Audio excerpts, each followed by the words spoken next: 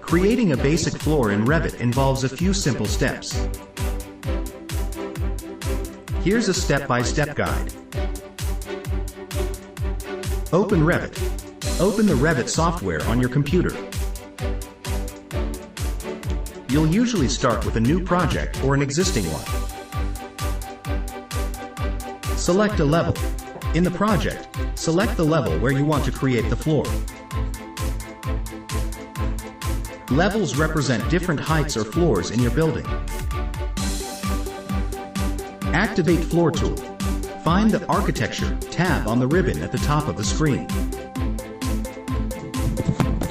Click on the Floor tool. It might look like a rectangle with a dotted line. Draw the floor outline. Click on one corner of the area where you want to create the floor. Then, move the mouse to the opposite corner and click again. This will create a rectangular outline. Adjust Properties. After drawing the outline, a Properties box might appear.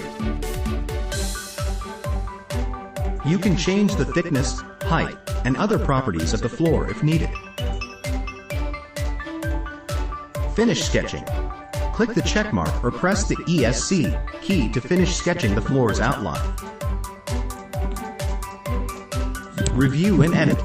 Revit will create the floor inside the outline. You can see the floor in the 3D view or the floor plan view. If you need to make changes, select the floor and use the Edit Sketch mode to modify its shape.